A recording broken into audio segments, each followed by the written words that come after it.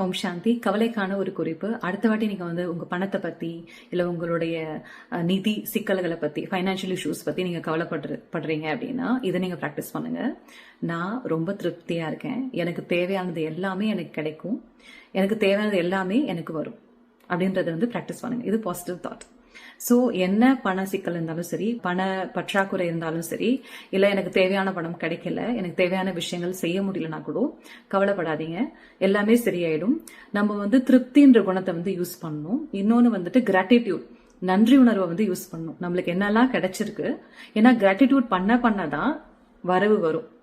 ஓகேவா? நம்ம குறை சொல்லிட்டே இருந்தோம், கவலைப்பட்டுட்டே இருந்தோம் அப்படின்னா கண்டிப்பா அந்த பணம் வராது. ஏன்னா நெகட்டிவ் எனர்ஜி வில் ரிட்டாலியேட், தூரமா போயிடும்.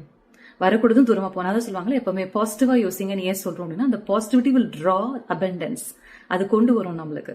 ஸோ நம்ம என்ன பண்ணுங்கன்னா, அடுத்த வாட்டி பண பிரச்சனை வருது அப்படின்னா, நீங்க இல்ல ஃபீஸ் கட்ட முடியல, இந்த ரெண்ட் கட்ட முடியல, அந்த மாதிரி நிறைய கவலைகள் இருக்கும் இல்லையா, அதெல்லாம் என்ன பண்ணுங்கன்னா, ஃபர்ஸ்ட் இது மைண்டுக்கு ப்ராக்டிஸ் பண்ண விஷயம். இன்னொன்று ப்ராக்டிக்கலாவும் என்ன பண்ணணும், கொஞ்சம் சேவிங்ஸ் வைக்கணும், தேவையில்லாத செலவுகள் பண்ணக்கூடாது, கொஞ்சம் ஆடம்பரத்தை குறைச்சிக்கணும். இதெல்லாம் ப்ராக்டிக்கலா பண்ண வேண்டிய விஷயங்கள். ஆனா மனசுக்கு என்ன பண்ணுங்க அப்படின்னா, கவலைப்படாதீங்க, எல்லாம் சரியாயிடும், எனக்கு தேவையானது கண்டிப்பா எனக்கு கிடைக்கும், நான் சிக்கனமா யூஸ் பண்ணுவேன், நான் சேவ் பண்ணி யூஸ் பண்ணுவேன் அப்படின்னு என்ன பண்ணுங்க, உங்க மைண்ட் நீங்க ரெடி பண்ணீங்க அப்படின்னா கண்டிப்பா அந்த பண சிக்கல் சீக்கிரமே சரியாயிடும். நீங்க கவலைப்படணும்னு அவசியம் இருக்காது.